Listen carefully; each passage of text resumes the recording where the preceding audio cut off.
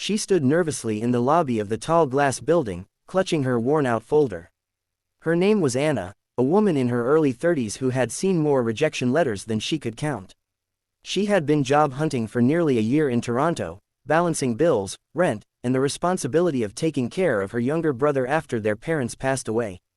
This interview was her last hope, the final opening she could even apply for. She had already failed at 6 interviews that month, and this was the last scheduled one.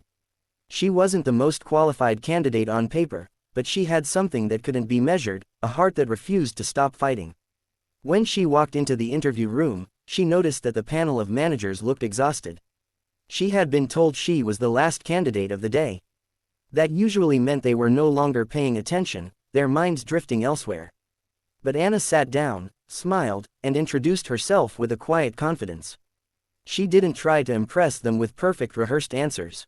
Instead, she spoke honestly about her struggles, her resilience, and why she believed in working not just for herself but for the people she cared about.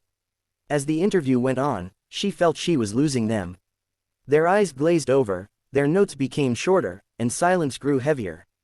Her heart sank. When they handed her the paper to fill out some last details before she left, she hesitated. There was a small section labeled, "Additional Notes." Most candidates left it blank.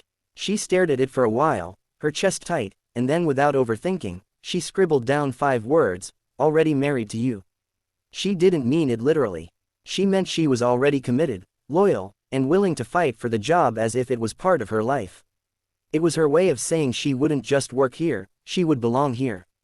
She handed the paper back and walked out of the building, certain she had ruined everything. The words sounded strange, maybe even unprofessional, and she hated herself for not simply writing something safe. She sat on the curb outside, hugging her folder, feeling tears sting her eyes. Another rejection, she thought. Another closed door, but inside the boardroom, something unexpected happened. The hiring manager picked up her paper, read the words, and paused.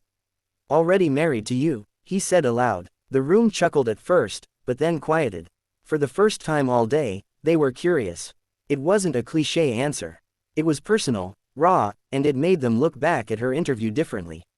While others had talked about money, promotions, and benefits, Anna had spoken about loyalty, belonging, and heart. They realized she wasn't just another resume. She was someone who could bring life into their team. The next morning, Anna's phone rang. Her hands shook as she answered. A calm voice on the other end said, "Anna, we'd like to offer you the position. And I have to say, your note was unforgettable." She froze, unable to breathe for a moment, before whispering a shaky thank you. The weight of months of rejection lifted off her shoulders all at once. Her brother, who had been waiting anxiously in their small apartment, saw her crying when she returned home. But these weren't the same tears of defeat he had seen before. She hugged him tightly, whispering, "We're going to be okay now." In the weeks that followed, Anna proved herself at work, not through flashy skills, but by showing up every day with the same dedication she had promised in that note. Her story spread through the office, becoming a reminder to the team that sometimes the best person for the job isn't the one with the most polished resume, but the one with the most genuine heart.